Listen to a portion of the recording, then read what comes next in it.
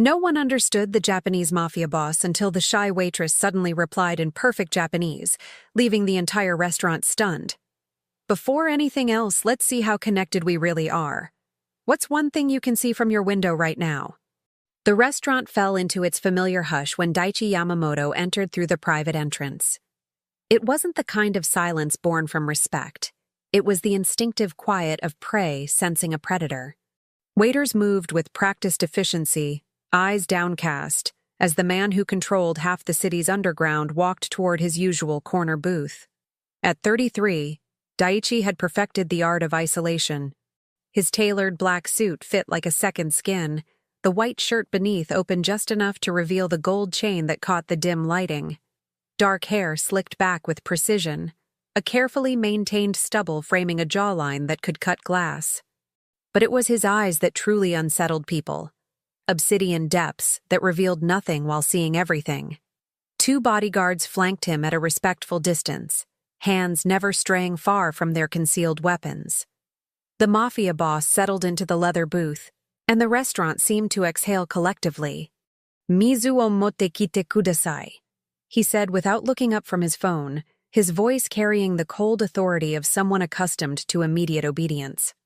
The senior waiter froze. Paolo had worked at Vincenzo's for 15 years, had served politicians and celebrities, but he'd never learned to understand the boss's native tongue. No one had. It was part of the barrier Daichi maintained: speak only Japanese, and the world kept its distance. Sir, I apologize, I don't—" Paolo stammered, sweat beading on his forehead. Daichi's eyes lifted slowly, and the temperature in the room seemed to drop. He repeated himself, each syllable precise and unforgiving. "Mizu o motakite kudasai." The senior waiter looked desperately toward the kitchen, panic rising. Everyone knew what happened when you disappointed the Yamamoto family. People didn't just lose jobs. They disappeared from the city entirely, relocated by forces they'd rather not question. "Right away, sir, I'll figure out—" "He's asking for water." The voice cut through the tension like a blade through silk. Every head in the vicinity turned toward the young woman who had spoken. She stood near the service station, a red apron over her simple black shirt, light brown hair pulled back in a neat ponytail. Emily Carter, 24 years old, had worked at Vincenzo's for 8 months. She kept to herself, arrived early, left late, and had never, not once, inserted herself into situations involving the restaurant's most dangerous patron. Until now. Daichi's gaze locked onto her with the intensity of a spotlight. For the first time in years, someone had surprised him. His expression remained neutral, but something flickered in those dark eyes. Curiosity, perhaps, or suspicion. "Nihongo ga wakarimasu ka?" he asked, his tone sharp with challenge. "Do you understand Japanese?" Emily met his stare without flinching, though her hands trembled slightly as she gripped the order pad. "Hai sukoshi hanasemasu." "Yes, I can speak a little." The restaurant might as well have stopped breathing entirely. Paolo looked between them with mounting horror, certain he was about to witness something terrible. The bodyguards tensed, reading their boss's body language for any sign of threat. But Daichi simply leaned back against the leather, studying this unexpected translator with unnerving focus. "Anata wa donna rayori o osusume shimasu ka?" "What do you recommend?"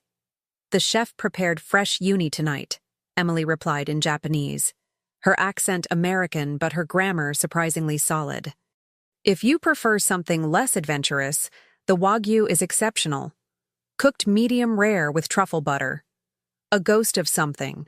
Not quite a smile, but close. Touched the corner of Daichi's mouth. Your pronunciation needs work." "I apologize," she said, switching to English, her cheeks coloring slightly. "I'm self-taught." "Why?" The question hung in the air, loaded with implications Emily didn't fully understand.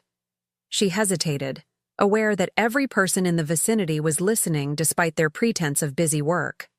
"My best friend in college was Japanese," she finally said, her voice softer. "Before she passed away, she made me promise I'd learn. Said it would open doors I didn't know existed." Something shifted in Daiichi's expression, so subtle that anyone else would have missed it. But Emily saw it. A crack in the carefully constructed armor.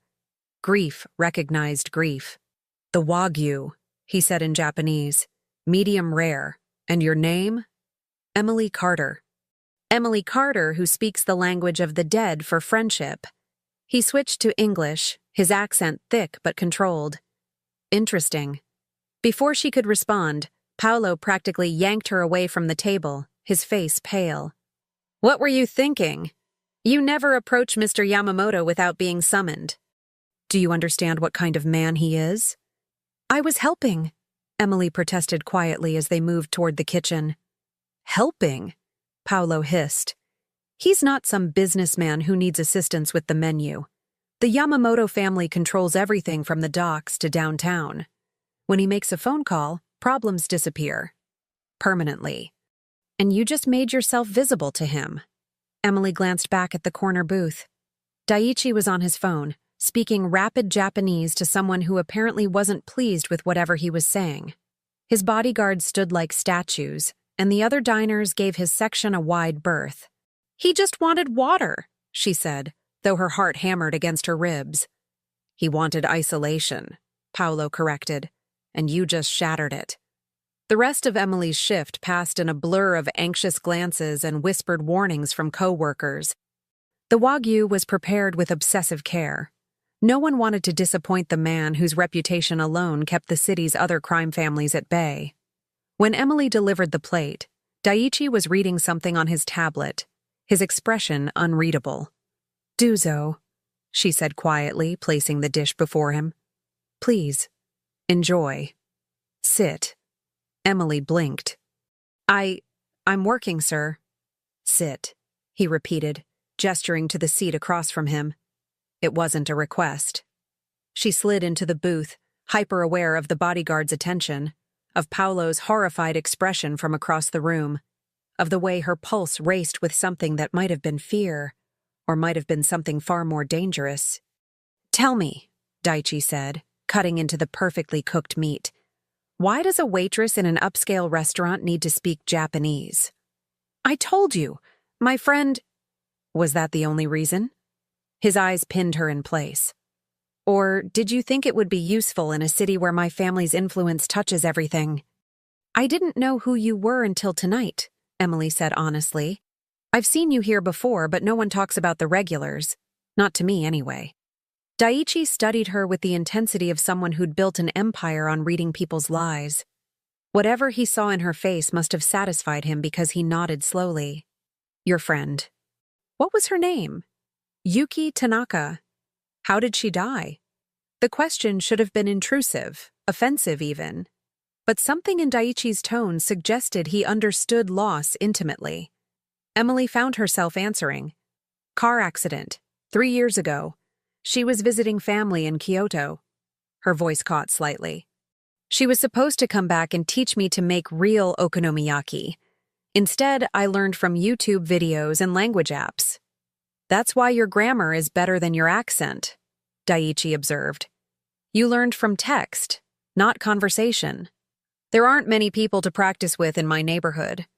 "No," he agreed, something dark flickering in his expression. "There wouldn't be."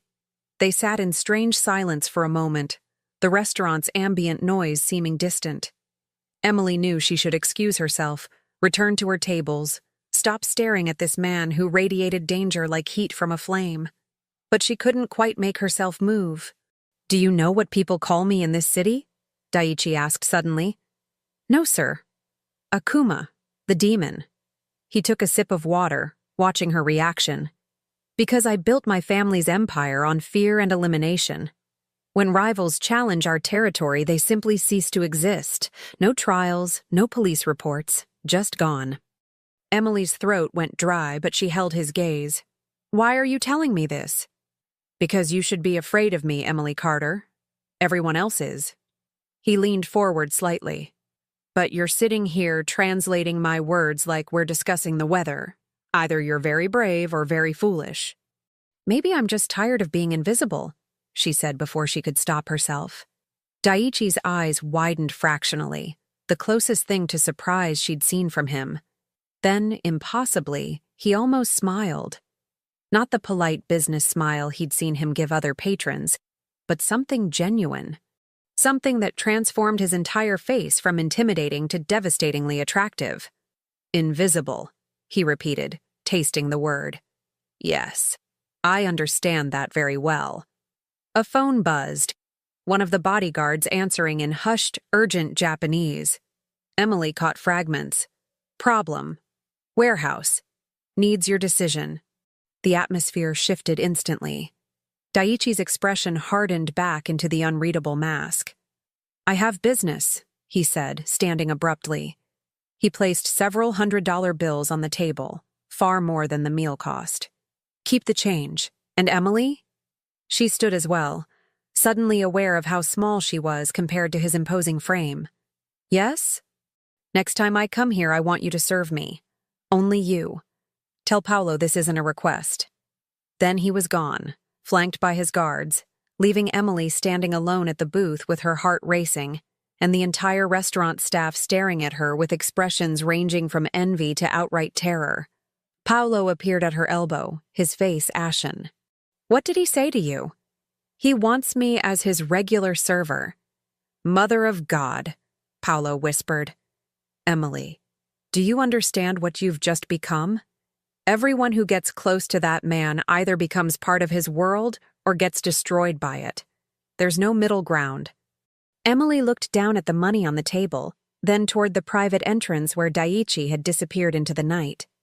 She thought about Yuki, about promises made to the dead, about the way those obsidian eyes had softened for just a moment when she'd mentioned learning Japanese for friendship. Maybe, she said quietly, I don't want middle ground anymore.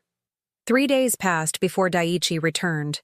3 days of Emily jumping every time the private entrance opened, of the other staff treating her with newfound wariness, of Paolo pulling her aside to remind her that Mr. Yamamoto's interest had ended careers and lives before. She told herself she wasn't disappointed when he didn't show. Told herself it was relief, not anticipation, that made her pulse quicken each time a black car pulled up outside. She was lying. On Thursday evening, during the dinner rush, he arrived without fanfare. Same corner booth, same 2 bodyguards maintaining their vigilant positions. But this time, when Emily approached with water and menus, Daiichi was already watching her. Konbanwa, Emily-san, he greeted in Japanese. Good evening. Konbanwa Yamamoto-san, she replied, her pronunciation slightly better from 3 nights of practicing alone in her apartment. You've been working on your accent. You said it needed improvement. Something flickered in his expression. Approval, perhaps. Sit with me while I order. Sir, I have other tables. Sit. Not harsh, but absolute. Emily slid into the seat across from him, acutely aware of the other diner's curious glances, of Paolo's disapproving frown from the host stand. This was breaking every rule, crossing boundaries that existed for good reasons. I had someone look into you, Daiichi said conversationally, as if discussing the weather rather than invasion of privacy. Emily Rose Carter, 24 years old, Columbia graduate with a degree in international relations. Could have worked for any number of consulting firms or government agencies. Instead, you serve food to people who barely see you. Emily's stomach dropped. You investigated me? I investigate everyone who enters my sphere. It's how I stay alive. He studied her reaction calmly. Your transcripts were impressive. 3.9 GPA. Fluent in 3 languages, though your Japanese is admittedly rough. So why the red apron, Emily? What are you hiding from? She should have felt violated, angry, should have stood up and walked away. But instead, she found herself answering honestly. Student loans, my mother's medical bills. The reality that an international relations degree doesn't pay what everyone promises. She met his gaze steadily. Not all of us have family empires to fall back on.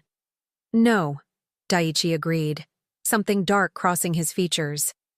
Though family empires come with their own prices, blood prices. Before Emily could respond, one of the bodyguards approached, leaning down to murmur urgently in Japanese. She caught enough to understand. Takahashi family. Territory dispute. Tonight. Daiichi's jaw tightened almost imperceptibly. He responded in rapid Japanese, too quick for Emily to follow, then turned back to her as if the interruption hadn't happened. I need to leave, but first, answer me something honestly. He leaned forward, his presence overwhelming. When you looked me up after our first meeting, and don't pretend you didn't, what did you find? Emily hesitated, then decided truth was safer than lies with a man who built empires on reading deception. That the Yamamoto family controls most of the city's underground operations. That your father was assassinated 5 years ago, and you took over at 28. That 3 rival families tried to challenge your leadership, and all 3. She swallowed hard. Ceased operations within 6 months. Ceased operations, Daiichi repeated with a mirthless smile. Gentle phrasing for what actually happened. Continue. That you're considered untouchable, dangerous, that people cross the street when they see your cars. She paused. That you've never been arrested, never even questioned, because either you're extremely careful or extremely connected. Both, he said simply. And knowing this, you're still sitting here. You haven't given me much choice. There's always a choice, Emily. You could quit. Disappear into the city. I wouldn't follow. Wouldn't you? The question hung between them, loaded with implications neither was ready to examine. Daiichi's eyes narrowed slightly, and for a moment, Emily glimpsed something beneath the cold exterior. Loneliness, perhaps. The isolation of a man who'd built walls so high that even language itself became a barrier. Your mother, he said, changing subjects abruptly. What's wrong with her? Stage 3 breast cancer, in remission now, but the treatments. Emily looked away. Insurance covered most of it, but most isn't everything. And your father? Left when I was 6. We haven't spoken since. Daiichi nodded as if this confirmed something. So you understand what it means to be alone even when surrounded by people? To build walls for survival? Is that what speaking only Japanese is? A wall? It was, he admitted quietly. Until you. The vulnerability in those 2 words struck Emily like a physical force. This man, this terrifying, powerful, dangerous man, had just revealed a crack in his armor. And somehow, she'd become the wedge that created it. Yamamoto-san, the bodyguard interrupted again, more insistently. Hi, wakarimashita, Daiichi snapped, standing abruptly. He pulled out his phone, typing rapidly, then showed Emily the screen. A phone number. This is my private line. Not many people have it. His eyes locked onto hers. If anyone bothers you, threatens you, even looks at you wrong because of our conversations, you call this number immediately. Understood? I don't need protection. Yes, you do. You just don't realize it yet. He grabbed his jacket, preparing to leave. The moment you spoke Japanese to me, you became visible in a world that notices everything. And visibility, Emily Carter, can be very dangerous. He left without ordering food, his guards flanking him as they disappeared into the night. Emily sat alone at the booth, staring at the phone number on her own screen where she'd hastily saved it, her hands trembling slightly. Paolo appeared instantly. What did he say? That I'm visible now. Christ. Paolo ran a hand through his thinning hair. Emily, I need you to understand something. Whatever fascination Yamamoto has with you, it won't end well. His ex-girlfriend, the one before he took over the family, she tried to leave him, tried to start a normal life. What happened to her? No one knows. She just vanished one night. Some say he let her go with enough money to disappear. Others say. He trailed off meaningfully. The point is, once you're in his world, extraction isn't simple. Emily's phone buzzed. An unknown number, but she knew instinctively who it was. Thank you for humoring a lonely man's company. The restaurant will receive compensation for your lost tables tonight. Also, your mother's remaining medical bills have been paid in full. Consider it payment for your translation services. DY. Her breath caught. She pulled up her mother's hospital account on her phone with shaking fingers. Zero balance. $47,000 just erased. Oh, God, she whispered. Paolo leaned over, saw the message, and went pale. Emily, no. You need to return that money. Right now. How? It's already processed. Then you need to stay away from him. This is how it starts. First the gifts, then the obligations, then you're so deep in his world you can't see daylight anymore. But Emily was staring at the zero balance, thinking about her mother's relief, about the crushing weight that had just lifted from her shoulders, and thinking about a man who spoke only Japanese to keep the world at arm's length, who'd seen something in a random waitress worth investigating, worth protecting, worth investing $47,000 in. I should return it, she said, but the words felt hollow. You can't return it. He knew that when he sent it. Paolo's voice was heavy with resignation. You're already caught, Emily. The question is whether you'll fight it or accept it. That night, lying awake in her small apartment, Emily stared at Daiichi's number in her contacts. She should delete it. Should quit Vincenzo's, move to a different neighborhood, pretend the last week hadn't happened. Instead, she opened her photos, finding pictures of Yuki from college.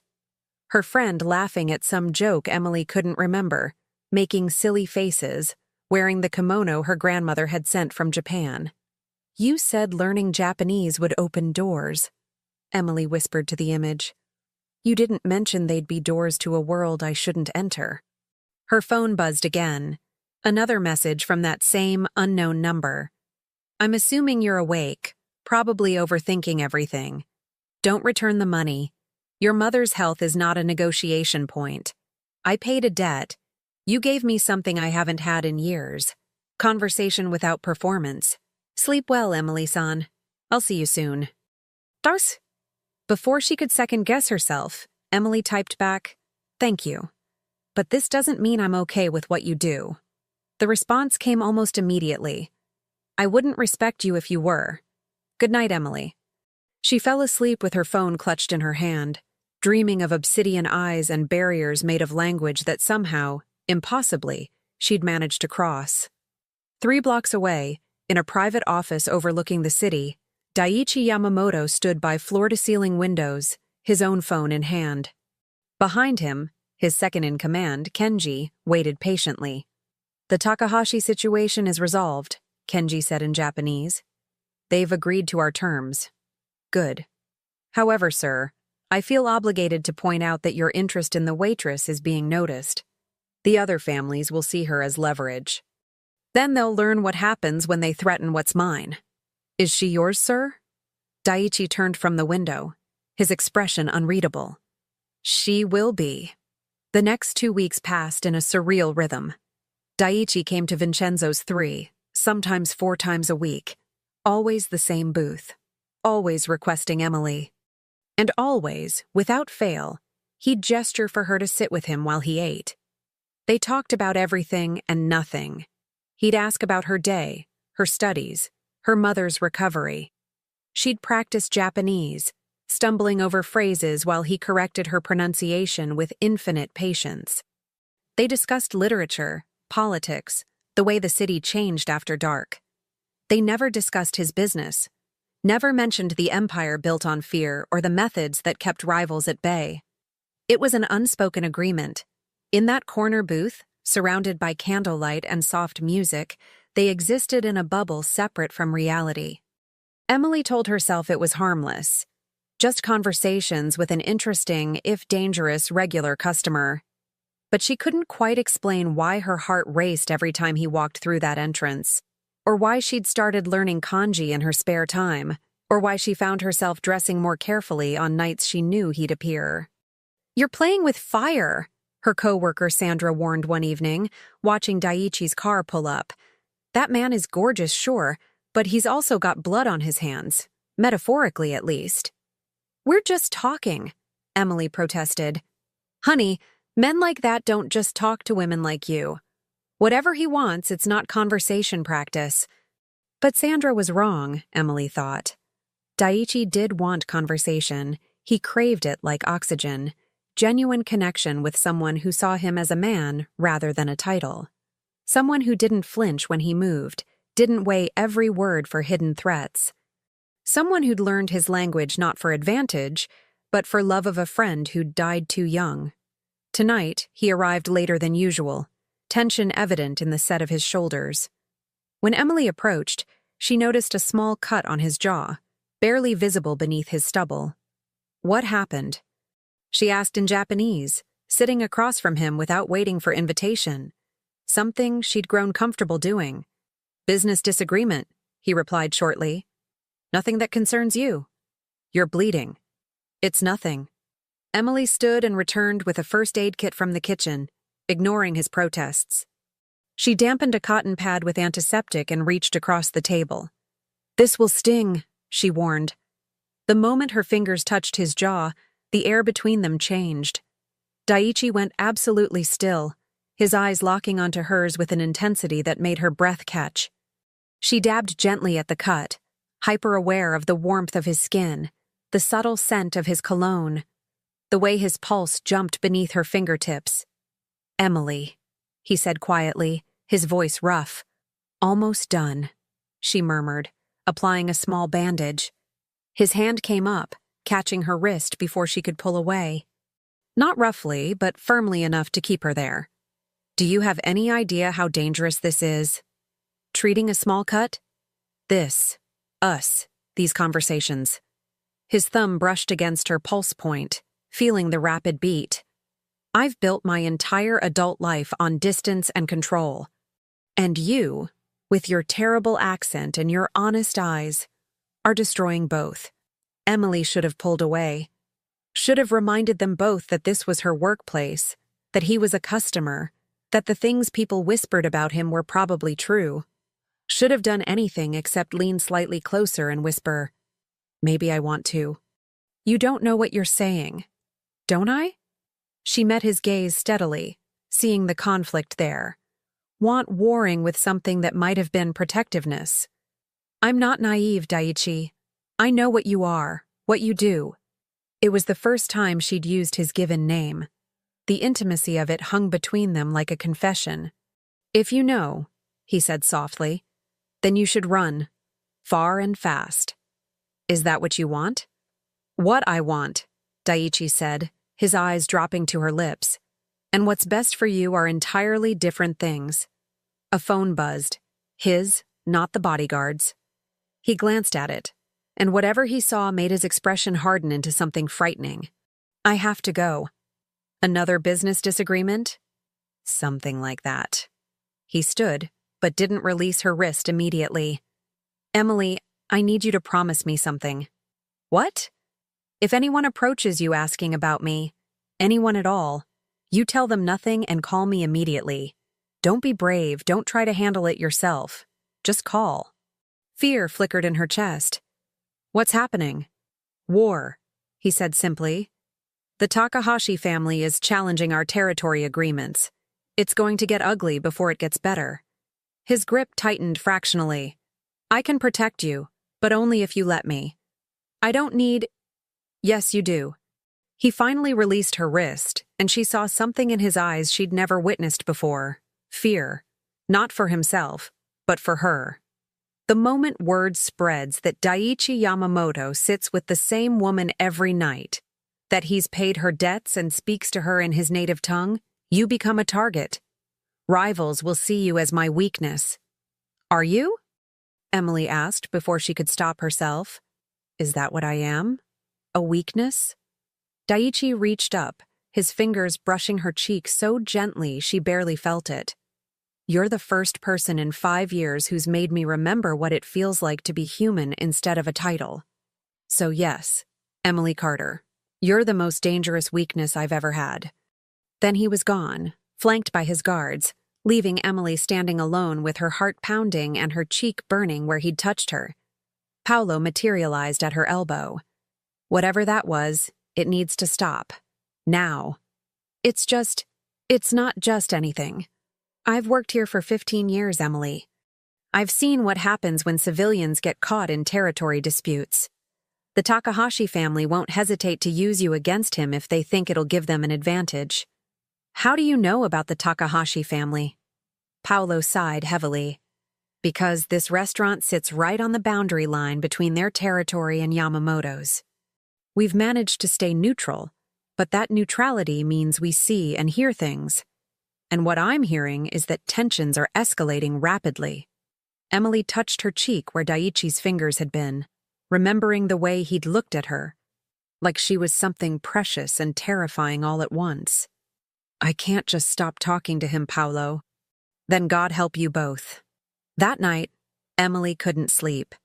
She lay in her small apartment, listening to city sounds through thin walls, thinking about obsidian eyes and the weight of isolation. At 2 a.m., her phone buzzed. Are you awake? DY? Can't sleep, she replied. Neither can I.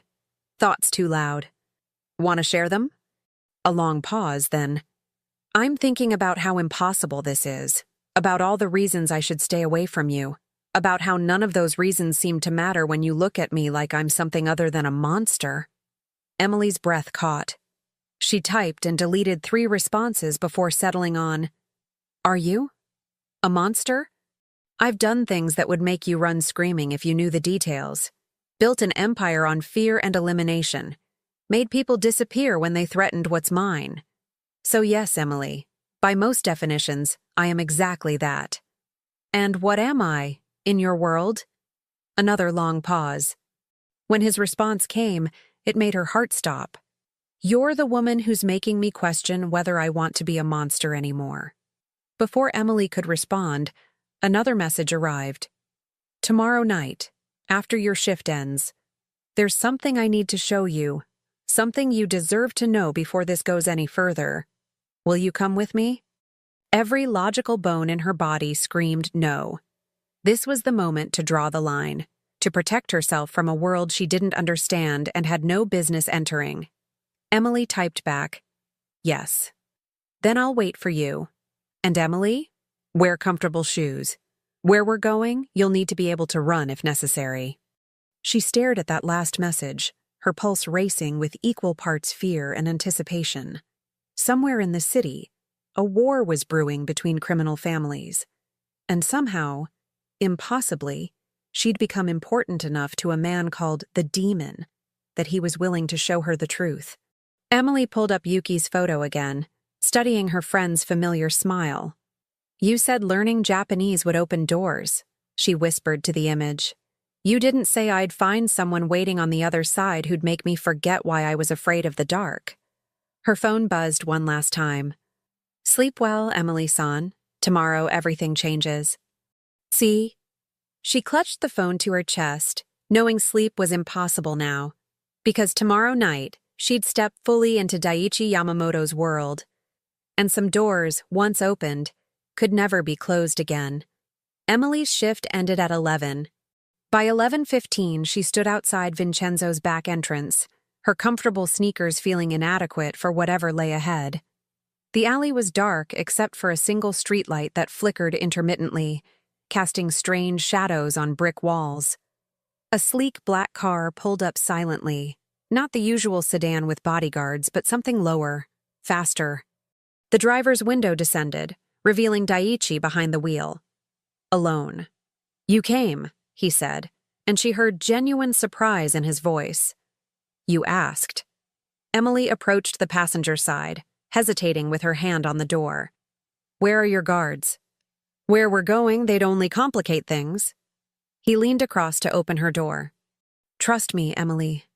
Just for tonight. Trust. Such a simple word for such an enormous ask. Emily slid into the car, noting the expensive leather interior, the way the engine purred rather than growled. This wasn't a car for intimidation. It was built for speed and discretion.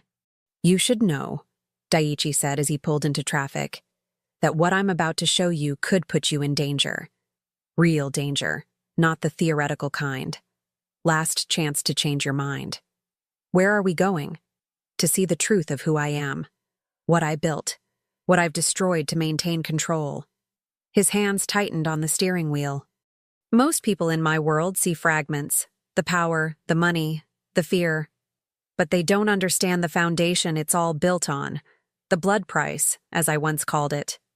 They drove in silence through increasingly empty streets, the city's glittering downtown giving way to industrial warehouses and abandoned factories. This was the part of the city tourists never saw, where broken streetlights created pools of darkness and graffiti told stories of territories and power. Daiichi pulled into an unmarked building's underground garage, using a keycard to access levels that clearly weren't on any official registry. When they finally stopped, they were 4 floors beneath street level, in a pristine parking area that held only 3 other vehicles. All expensive, all nondescript. "This is the heart of the Yamamoto Empire," Daiichi said quietly. "Our headquarters, where decisions are made that affect thousands of lives." He turned to face her fully. "Once you see inside, you can't unsee it. You'll know things that make you complicit, at least legally." "Then why bring me here?" "Because I'm tired of the distance." His voice was raw with honesty. "Tired of pretending that what's happening between us is simple or safe. You deserve to make an informed choice about whether you want this, want me, knowing exactly what comes with it." Emily took a deep breath. "Show me." The elevator required a thumbprint and a code. As they ascended, Daiichi explained in quiet Japanese, perhaps seeking comfort in the language that had once been his shield. "My father built this organization from nothing. Came to America with $3 and a willingness to do whatever necessary to survive. By the time I was born, we controlled the docks, the import routes, half the city's underground economy." His expression darkened. But control requires constant maintenance. Challenges from rivals, betrayals from within, authorities that need managing. It's not like the movies, Emily. There's no honor in it, no code that makes it noble. It's just survival wrapped in expensive suits. The elevator opened into a corridor that looked more like a corporate office than criminal headquarters. Tasteful artwork, recessed lighting, doors with names rather than numbers. But Emily felt the weight of it, the understanding that beneath the civilized veneer lay something far more dangerous. Daiichi led her to a conference room with floor-to-ceiling windows overlooking the city. A detailed map covered one wall, marked with colors and symbols that meant nothing to Emily, but clearly represented territories and power structures. "See the red zones?" Daiichi pointed to several sections. "Takahashi family territory. The blue is ours. The yellow zones are disputed, areas where we're currently in conflict." His finger traced the boundary lines. "Vincenzo's sits right here, on the edge between blue and red. Neutral ground that both sides use for meetings that need to appear legitimate. That's why you eat there." "Partially. Also because the food is exceptional and the owner understands the value of discretion." He turned to face her. "But the real reason I started going there 2 years ago was because it was the one place I could exist without the weight of expectation, where I could speak Japanese and know no one would understand, where I could be invisible." "Until I wasn't," Emily said softly. "Until you weren't," he agreed. "And now the Takahashi family knows about you. They've had people watching the restaurant, documenting our meetings. They're trying to decide if you're valuable enough to use as leverage." Fear spiked through Emily's chest. "What does that mean?" Daiichi's expression became something frightening, cold, calculated, utterly ruthless. "It means they're considering whether kidnapping or threatening you would force me to concede territory, whether the demon of the Yamamoto family has finally found something worth surrendering for." "And have you?" The question hung in the air between them, heavy with implications. Daiichi moved closer, close enough that Emily could see the flecks of gray in his dark eyes, the tension in his jaw, the way his hands clenched and unclenched as if restraining himself from reaching for her. "Yes," he said simply, "which is why I need you to understand exactly what that means. What I'll do to protect you." He gestured toward a laptop on the conference table. "This contains files on every major operation we've conducted in the last 5 years, every territory dispute, every rival we've eliminated, every method we've used to maintain control. I want you to read them. All of them. Daiichi. No. His voice was firm. If you're going to be part of my life, you need to know what that life entails. The things I've ordered. The people who've disappeared because I made a phone call. The families destroyed because they challenged our power. He opened the laptop, pulling up file after file. This is who I am when I'm not sitting in that restaurant booth pretending to be normal. This is the monster, Emily. Look at it. For the next 2 hours, Emily read. Reports detailing territory acquisitions that left rival organizations in ruins. Documentation of negotiations that were clearly threats. Photographs of abandoned warehouses where confrontations had taken place. No bodies, no blood, but the implications were clear. Records of payments to officials, judges, police officers. The entire corrupt infrastructure that kept the Yamamoto Empire functioning. With each file, her understanding grew. This wasn't some romanticized underworld where honor and loyalty reigned. This was systematic, calculated control maintained through fear and elimination. And Daiichi sat at the center of it all, making decisions that destroyed lives with the same casual efficiency that others might use to approve budget reports. When she finally closed the laptop, her hands were shaking. Daiichi stood by the windows, his back to her, tension evident in every line of his body. Now you know, he said quietly. I won't blame you if you walk out that door and never speak to me again. I'll ensure your safety, make certain no one from either family ever approaches you. You can go back to being invisible, Emily. Back to a life that makes sense. Emily stood, her legs unsteady. She walked to where he stood, stopping just behind him. In the window's reflection, she could see his face. The careful blankness that hid whatever he was feeling. Turn around, she said. He did, slowly, and she saw fear in his eyes. Not fear of rivals or violence or law enforcement. Fear of her judgment. Fear of seeing disgust replace whatever warmth she'd shown him. I should be terrified of you, Emily said, her voice barely above a whisper. You should be. I should run as far and fast as I can. Yes. But all I can think about, she continued, stepping closer, is that you've shown me the absolute worst parts of yourself, given me every reason to hate you. And you're standing here like you're waiting for execution. Because I am, Daiichi admitted. You're the first person in years who's seen me as human. Losing you, would be worse than any rival's bullet. Emily reached up, her hand cupping his jaw where she'd placed the bandage days before. I'm not naive enough to think I can change you. Not arrogant enough to believe love conquers all. Love? The word came out rough, disbelieving.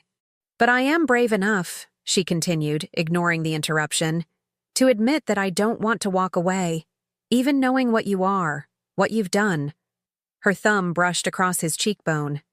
Maybe that makes me as damaged as you are. Emily. She kissed him. It wasn't soft or tentative. It was months of tension and weeks of careful distance finally breaking through walls they'd both built. Daiichi went rigid with surprise for half a heartbeat, then his control shattered. He pulled her against him with barely restrained intensity, one hand tangling in her hair, the other gripping her waist as if she might disappear. The kiss tasted like danger and desperation, and something that might have been salvation. When they finally broke apart, both breathing hard, Daiichi rested his forehead against hers. This is insane, he whispered in Japanese. Completely, she agreed in the same language. I can't promise you safety. Can't guarantee this ends well. I know. The Takahashi family will come for you. Others too, once they realize how important you've become. Then teach me how to survive in your world. Daiichi pulled back enough to meet her eyes, searching for any sign of doubt or second thoughts. Whatever he saw must have satisfied him because he nodded slowly. Okay. But we do this my way. Security protocols, protected locations, guards when necessary. His expression hardened with determination. And you learn to defend yourself. If they come for you, I need to know you can buy time until I arrive. Agreed.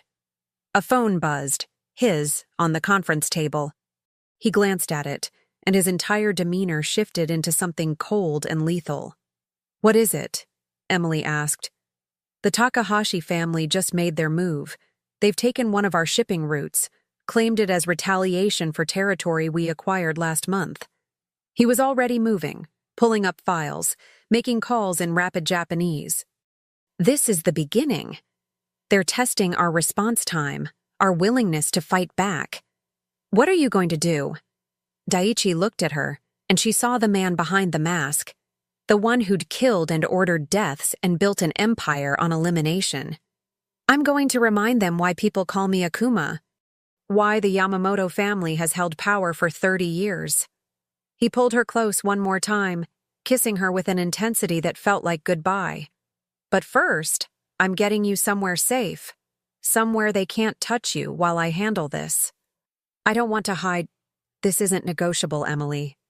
The warehouse confrontations that happen when territories are challenged, they're not something you can witness and remain innocent. His voice was absolute. You wanted to be part of my world. This is me protecting what's mine. Let me. She wanted to argue, to insist she was strong enough to handle whatever came. But the look in his eyes stopped her. Not control or dominance, but genuine fear.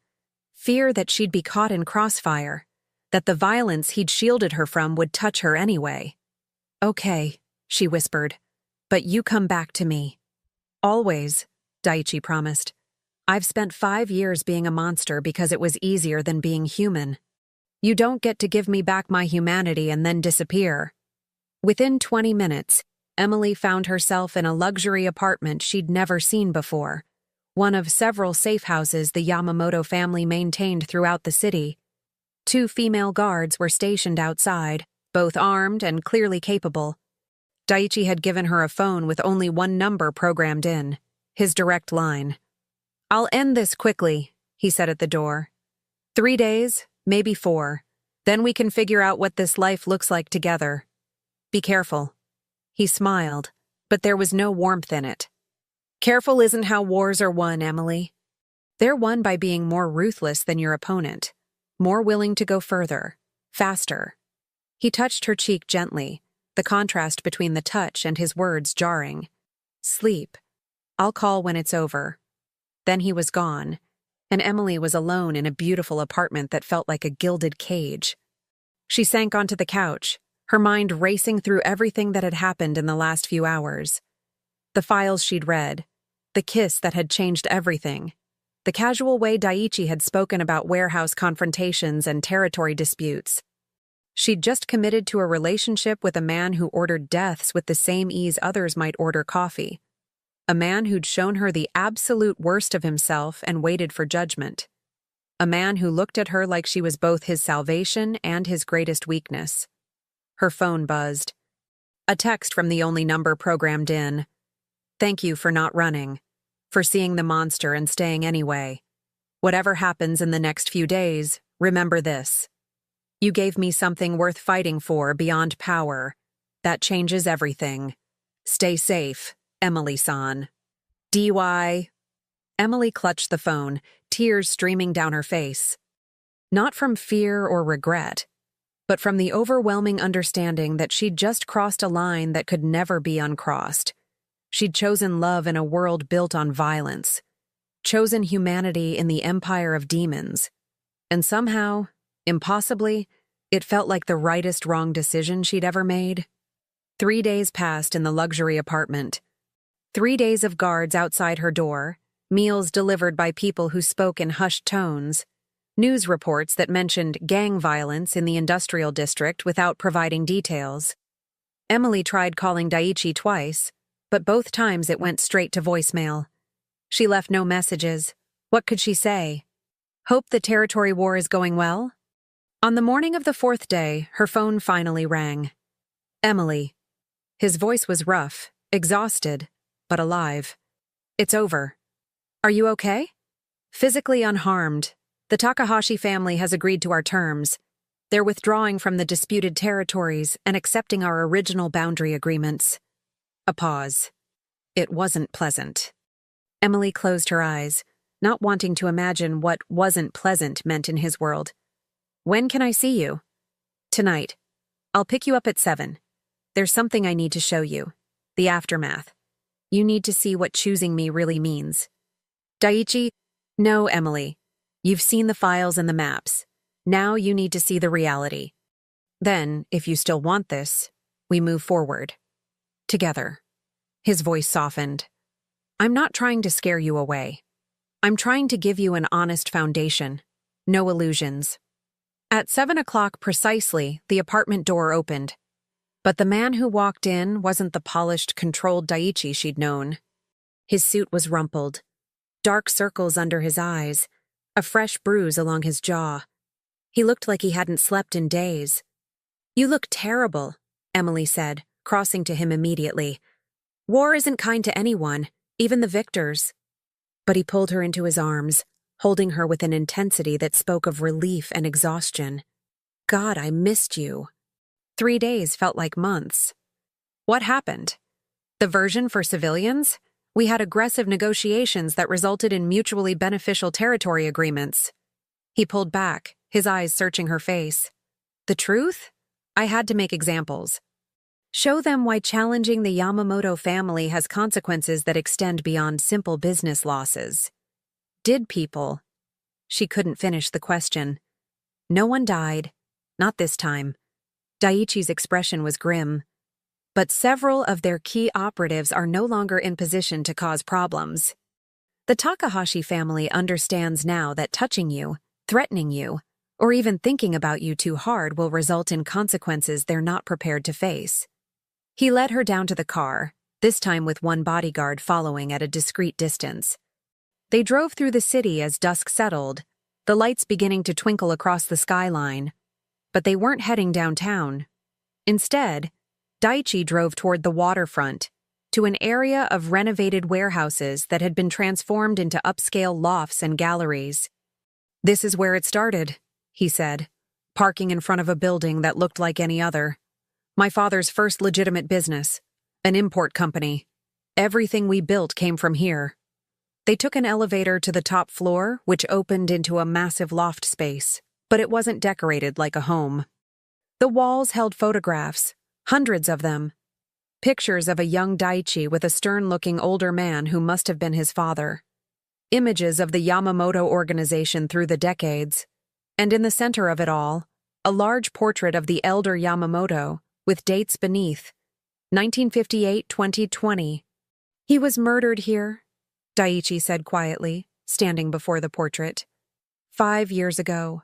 A rival family thought that killing him would destabilize our organization, make us vulnerable. His jaw tightened. They were wrong. It just made me realize that sentiment and mercy are luxuries we can't afford. Emily moved beside him, studying the photograph. The resemblance was clear. Same dark eyes, same strong features. But where Daiichi's father looked hardened by years of violence, Daiichi's eyes held something different. Pain, perhaps. Or weariness. Is that when you stopped speaking English in public? She asked softly. Yes. My father spoke 4 languages fluently, always met people on their terms, made them comfortable before he destroyed them. Daiichi's voice was bitter. I decided to do the opposite. Make the world come to me. Make them uncomfortable, off balance. The language barrier became a weapon and a shield. Until me. Until you, he agreed, turning to face her. Emily, I need you to understand something. When my father died, I inherited more than an organization. I inherited enemies, obligations, blood debts that demand payment. For 5 years, I've managed it all by being colder and more ruthless than anyone else. By convincing myself that connection was weakness. He took her hands, his grip almost painful. But then you walked into that restaurant and spoke Japanese like Yuki was somehow pushing you toward me. And I realized that I've been slowly destroying myself. Becoming exactly what my father never wanted me to be. A monster who's forgotten how to be a man. So change. Emily said. Walk away from all of this. It's not that simple. The Yamamoto Empire employs hundreds of people directly, thousands indirectly. Territory we control keeps smaller operations from being consumed by more violent organizations. If I walk away, there's a power vacuum that will be filled by someone far worse. He touched her cheek. But I can change how I lead. Can start prioritizing legitimate businesses, slowly transitioning away from the most dangerous operations. It won't happen overnight, maybe not even in years, but with you beside me, I can remember why it matters. What are you saying? Daiichi took a deep breath. I'm saying that you've become more important to me than power. That I'd rather build something with you than continue destroying things alone. That somewhere in these conversations about grammar and pronunciation, I fell completely in love with a waitress who learned Japanese for friendship and stayed despite every reason to run. Emily's breath caught. You love me? Desperately, terrifyingly, in ways that make me vulnerable for the first time since my father's death. His thumb brushed her cheekbone. So here's what I'm offering. A life with me, knowing exactly what that means. Security, but also danger. Wealth, but also association with activities you'll never fully approve of. A man who's trying to be better but will sometimes fail spectacularly. And what do you want from me? Everything, Daiichi said simply. Your mornings and your nights. Your terrible accent and your intelligent arguments. Your presence at dinners where I need to remember that I'm human. Your voice speaking Japanese when the weight of English becomes too heavy. He pulled a small box from his jacket pocket, opening it to reveal a ring. Simple, elegant, with a single diamond. I want you to marry me, Emily Carter. To be my partner in everything, including redemption. Emily stared at the ring, her mind racing. They'd known each other for weeks, not years. This was insane, impulsive, completely illogical. Every rational thought screamed that this was too fast, too dangerous, too complicated. Yes, she whispered. Daiichi's eyes widened. Yes? Yes, I'll marry you. Yes, I'll learn to navigate your world. Yes, I'll be there when you need reminding that you're more than the title people call you. She took the ring from the box, sliding it onto her own finger because waiting felt impossible. And yes, I love you too. Even though you're a criminal and possibly insane, and definitely bad for my life expectancy. He kissed her then, and it felt different from the first time. That had been desperation and tension finally breaking. This was promise and commitment, and the understanding that they were choosing each other despite every logical argument against it. When they finally broke apart, Daiichi rested his forehead against hers. My second in command is going to have an aneurysm. The family advisors will question my judgment. Other organizations will see you as leverage. So we make them understand that I'm not leverage. I'm family. Emily's voice was firm. You teach me how to survive in this world, and I'll teach you how to live in it without losing yourself. Deal. He smiled, the first genuine, unguarded smile she'd ever seen from him. Fair warning, Yamamoto family weddings are elaborate affairs. Hundreds of guests, traditional ceremonies, at least 3 different outfit changes. I'll wear the red apron over the wedding kimono, really confuse everyone. Daiichi laughed, and the sound was so unexpected, so purely joyful, that Emily felt tears prick her eyes. This man, this dangerous, powerful, isolated man, was laughing because of something she'd said. I love you, he said again, like he was testing the words, learning their shape. I've destroyed families and built an empire and survived assassination attempts, but nothing has terrified me more than those 3 words. Good, Emily said, kissing him softly. Fear means you're taking this seriously, and if we're going to survive each other, we'll need to take everything very seriously indeed. They stayed in that loft until late in the night, talking about logistics and futures and how to navigate a relationship that broke every conventional rule. Daiichi explained the security measures that would become part of Emily's daily life, the bodyguards who would shadow her, the safe routes she'd need to learn, the protocols for emergencies. Emily talked about her mother, about introducing Daiichi properly, about finishing her degree while navigating this new reality. They made plans and contingencies, built frameworks for a life that seemed impossible, but felt increasingly real. "Your mother," Daiichi said at one point. "She'll need to know the truth. About me. About what marrying me means for her safety, too. She's tougher than she looks, survived cancer and my father leaving and raising me alone. She'll understand." Emily hesitated. "But she'll also worry. Then we make sure she has no reason to. Upgraded security, emergency contacts, clear communication protocols." His expression was serious. "Anyone who marries into the Yamamoto family becomes my responsibility. That includes mothers who raised brave daughters." As they finally prepared to leave, Emily looked at the portrait of Daiichi's father one more time. "Do you think he'd approve? Of me?" Daiichi considered the question carefully. "He'd say you're a complication, a vulnerability that could be exploited." He pulled her close. "But he'd also recognize that you're the first person who's made me want to be more than what this life demands. And deep down, beneath all the violence and control, he wanted better for me. So yes, Emily-san, I think he'd approve." They drove back through the city, and Emily noticed the way Daiichi's hand sought hers at every stoplight, like he needed constant confirmation that she was real and hadn't changed her mind. When they reached her apartment building, the regular one, not the safe house, he walked her to the door despite the bodyguard's obvious presence. "Tomorrow," he said, "we start the real work. Integrating you into my world, meeting the people who matter, establishing you as non-negotiable in my life." "I have a shift at Vincenzo's tomorrow," Emily pointed out. "Not anymore. I'm buying the restaurant. You'll own a share, legitimate income, and a business interest that doesn't raise questions." At her shocked expression, he smiled. "I told you, Emily, everything changes now, including the fiction that you're just a waitress I happen to talk to. You can't just buy an entire restaurant because I work there. Watch me." He kissed her gently. "I've spent 5 years acquiring power. Now I finally have something worth using it for." Emily watched him drive away, the ring heavy and real on her finger.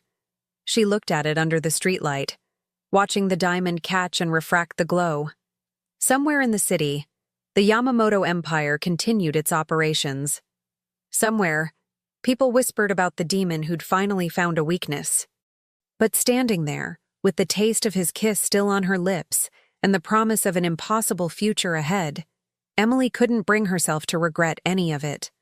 She pulled out her phone, looking at Yuki's photo one more time.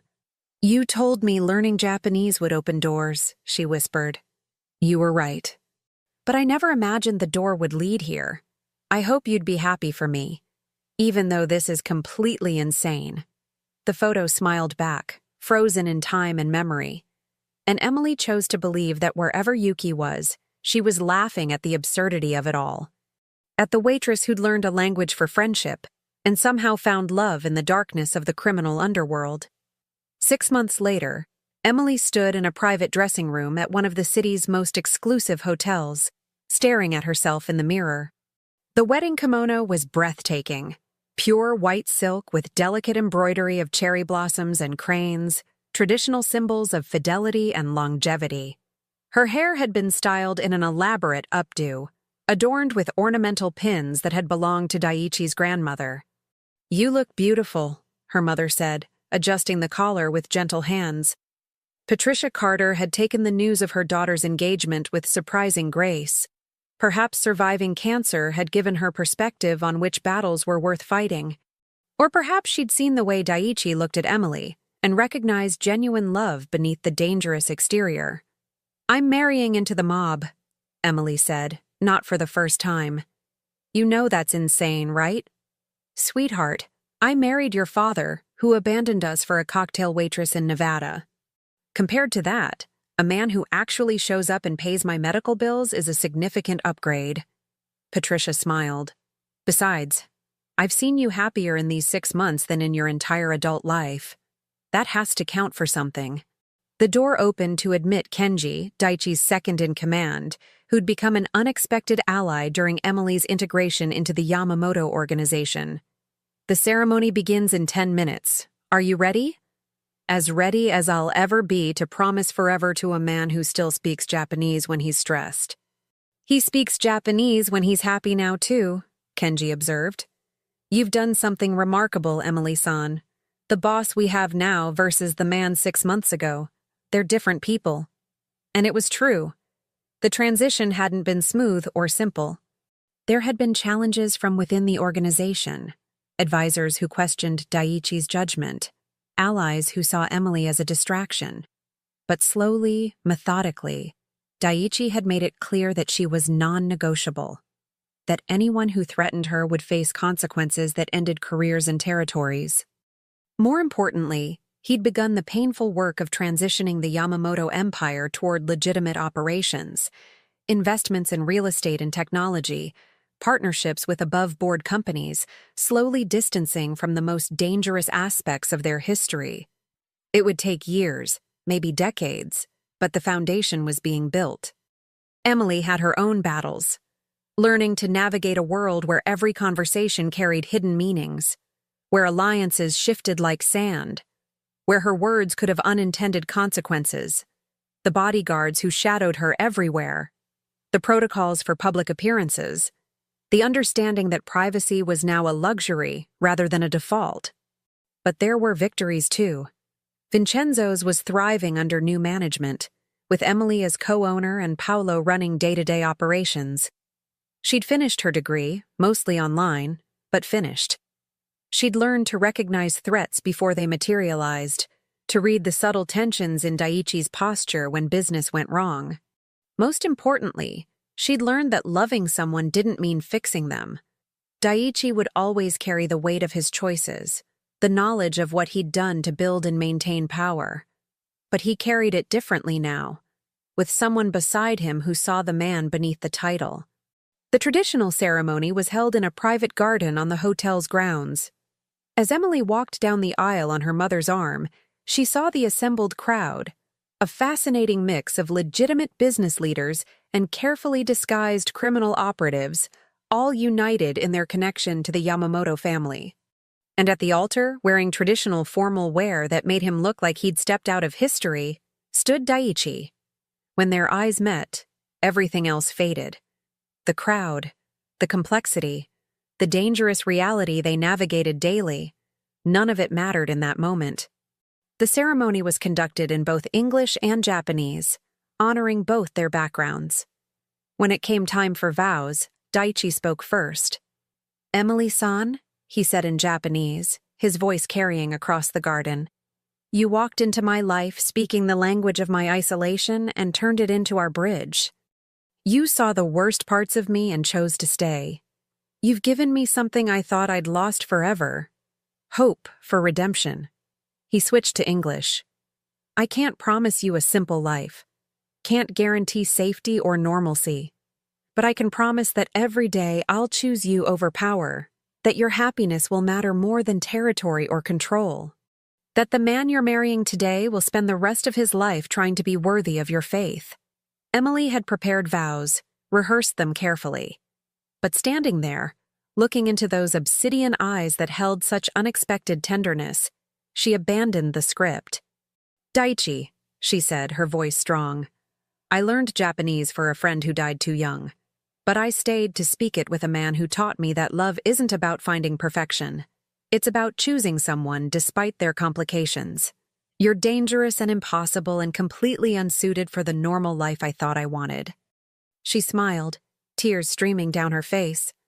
"And I wouldn't change a single thing. You're mine, and I'm yours, and the rest of the world can deal with that however they need to." When they kissed as husband and wife, the garden erupted in applause from people who'd probably never imagined seeing Daiichi Yamamoto show genuine emotion. But he did, holding Emily like she was the only real thing in a world of carefully constructed illusions. The reception was elaborate, exactly as Daiichi had warned. Multiple courses, speeches in various languages, traditional performances interspersed with modern music. Emily changed outfits 3 times, from the white kimono to a red formal gown to a sleek black dress for the final dance. Surviving? Daiichi murmured as they danced, the party continuing around them. Thriving, Emily corrected. Your uncle's speech in Japanese was hilarious, by the way. I hope not everyone understood the part about your teenage years. You weren't supposed to understand that part either. Too bad.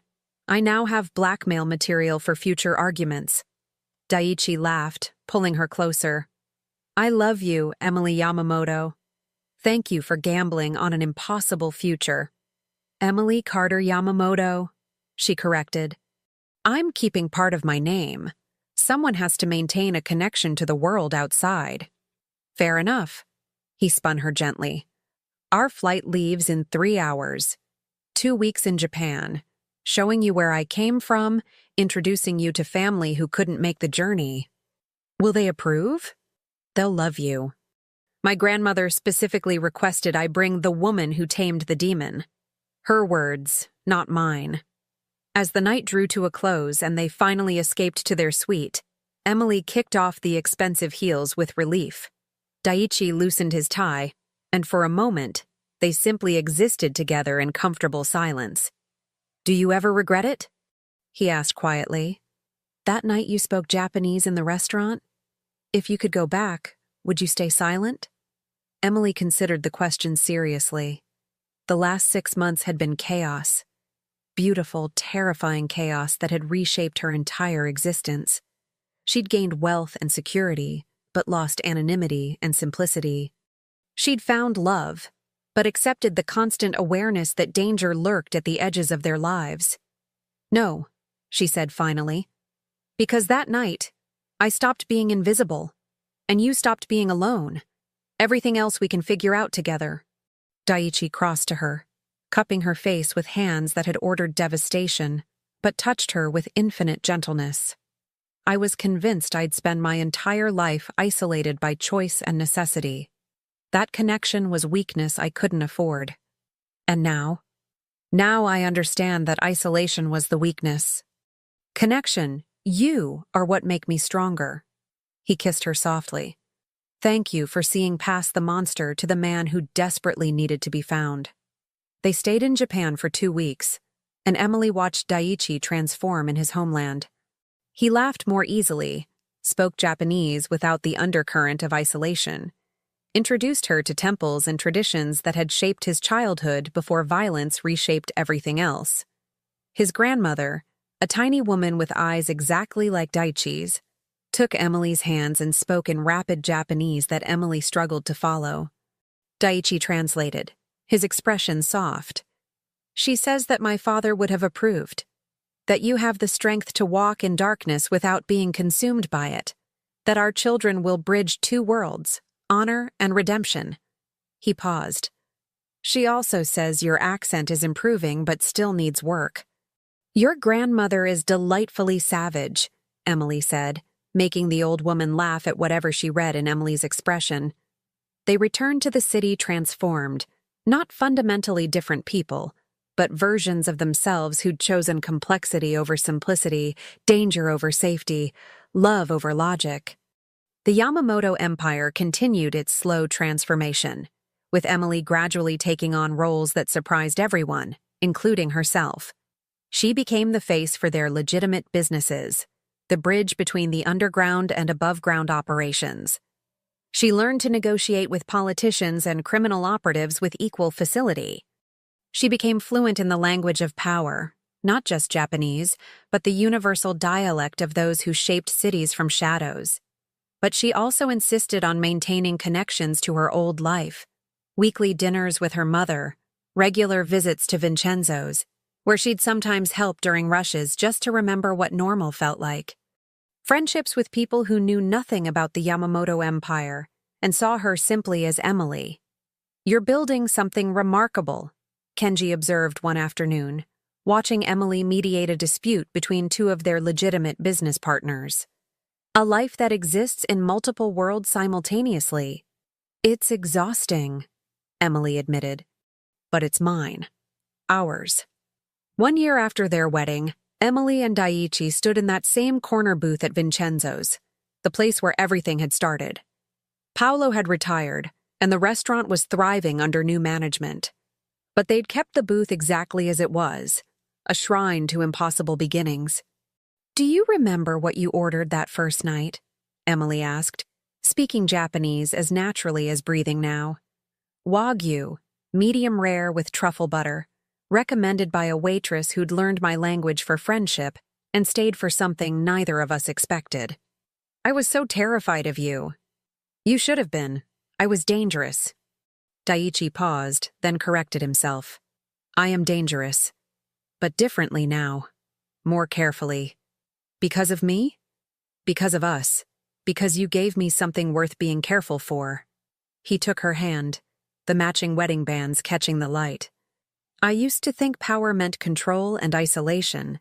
Now I understand it means having someone to share the weight with, someone who'll call you out when you forget you're human." Emily smiled, thinking about the journey from that first shocked conversation to this moment of comfortable understanding. Yuki would have loved this story. The drama, the impossibility, the ridiculous romance of it all. "Tell me about her again," Daiichi requested. "About the woman who unknowingly brought us together." So Emily did, speaking in English and Japanese interchangeably, painting a picture of her friend who'd made her promise to learn a language that would open doors. And as she talked, she realized that those doors hadn't just opened. They'd led her through darkness into unexpected light. Led her to a man called a demon who'd forgotten how to be human until a waitress reminded him that language wasn't just about words. It was about connection, bridge building, the willingness to be vulnerable enough to let someone translate your heart.